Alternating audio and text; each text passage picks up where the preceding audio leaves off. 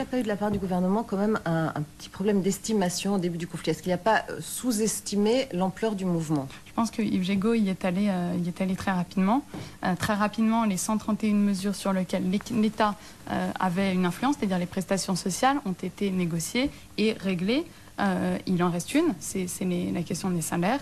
Et celle-là, encore une fois, elle est entre les mains des syndicats et des patronats. Parce qu'on ne vit pas encore dans un État qui régule complètement l'économie.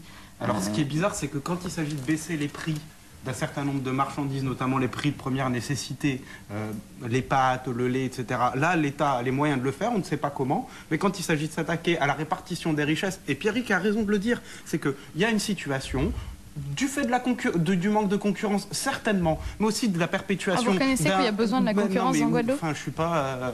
Que le monopole, non, mais je ne suis pas favorable au monopole privé, figurez-vous, et vous favorisez déjà suffisamment les monopoles privés par votre politique au niveau national pour ne pas donner de leçons là-dessus. Néanmoins, il y a une situation notamment qui est héritée de la colonisation qui fait que toutes les richesses et un certain nombre de pouvoirs sont concentrés dans les mains d'un petit nombre de personnes. C'est le système que vous êtes par ailleurs en train de mettre en place en métropole. Mais ça, ce n'est pas grave.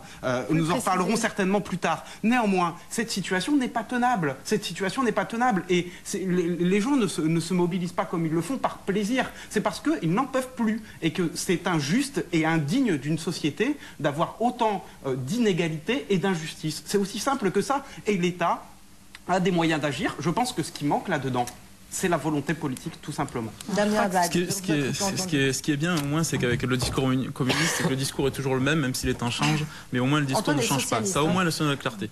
Oui, mais j'ai vu aujourd'hui que les communistes étaient rejoints par les socialistes et même par le MoDem. Parce que le discours libéral, les frontières ne sont pas si le discours libéral, si fortes que ça. Il tient compte de ses erreurs. Simplement, honnêtement, sérieusement.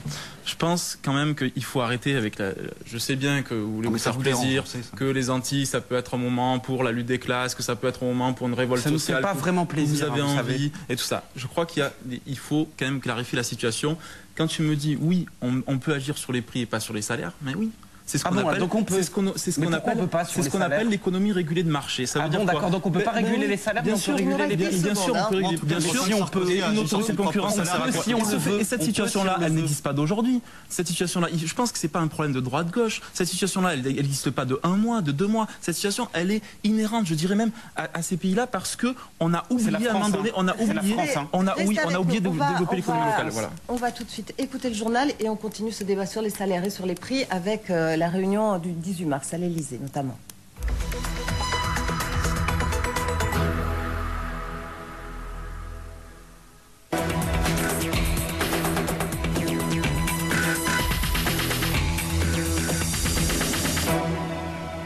On se retrouve pour la seconde partie du ring avec toujours les jeunes des formations politiques. Camille Vaudin pour l'UMP, Antoine Détourné pour le PS, Franck Favre pour le MoDem, Pierrick Arnaud pour les communistes et Damien Abad pour le Nouveau Centre. Alors on parlait de la tension aux Antilles, on va parler de la tension dans les universités. Et avant, je voudrais qu'on parle de la réunion d'après-demain, puisque Nicolas Sarkozy reçoit les partenaires sociaux à l'Élysée. Et avant même cette grande conférence sociale, les syndicats ont appelé à manifester le 19 mars, comme le 29 janvier. Ils espèrent faire aussi bien, c'est-à-dire qu'ils avaient revendiqué 2,5 millions de manifestants. Écoutez d'abord Laurent Wauquiez, c'est le secrétaire d'État à l'emploi. Il rappelle la philosophie du gouvernement avant cette réunion. Il y a plusieurs mesures qui sont envisagées et dont on a discuté avec les partenaires sociaux. La première, c'est d'abord, souhaité par le président, travailler sur l'impôt sur le revenu, en faisant un report sur le deuxième tiers sur l'impôt sur le revenu. Première possibilité. La deuxième, c'est de travailler sur les allocations familiales. Et le troisième, c'est ce que je vous évoquais, les services à la personne, essayer de faciliter la vie au niveau des familles des classes moyennes, en essayant de faire une petite relance là-dessus, avec la possibilité de recourir à des services à la personne plus facilement, pour ceux qui aujourd'hui n'ont pas les moyens de se payer ça. Et là, on est sûr que l'argent qu'on met crée en même temps de l'emploi. C'est 3 pistes, oui. C'est très concret, on n'est pas sur de la démagogie et on en a parlé avec les syndicats.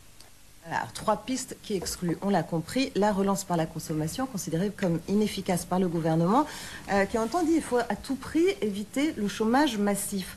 D'abord l'emploi, Antoine Détourné, est-ce que c'est convaincant? Écoutez, je pense que c'est pas sérieux. C'est pas sérieux parce que à chaque minute où l'on parle, en France, il y a un chômeur de plus. Et depuis que la crise a démarré, et voire même avant, parce que le chômage avait déjà commencé à augmenter avant que la crise financière se déclare, mais le gouvernement a donné l'impression de rester les bras ballants. Et c'est pas en développant un petit peu les services à la personne qui, en général, par ailleurs, en termes d'exonération, bénéficient surtout aux personnes déjà plutôt convenablement payées, qu'on va se sortir de la situation.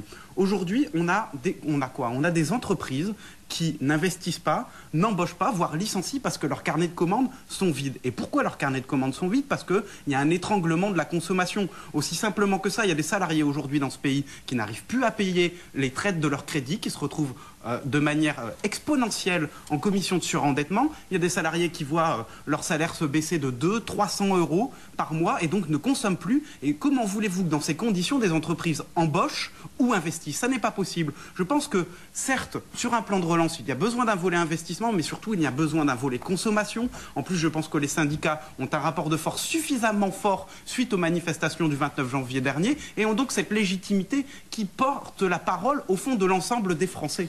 Le problème, c'est qu'il y a eu déjà des relances par la consommation malheureuse et on s'est rendu compte que plutôt que de consommer, les Français épargnaient en temps de crise, par peur de l'avenir. Mais pourquoi? Enfin, c'est très simple. Si on donne aujourd'hui, vu l'étranglement des budgets d'un certain nombre de ménages, les ménages, la plupart du temps, aujourd'hui, quand ils reçoivent le salaire qu'ils ont, c'est pour combler le découvert qu'ils ont creusé pendant le mois. Et il y a un certain nombre de restrictions de dépenses. Je pense qu'aujourd'hui, la situation est telle que de l'argent réinjecté, en particulier chez les ménages les plus modestes, va aller directement dans la consommation.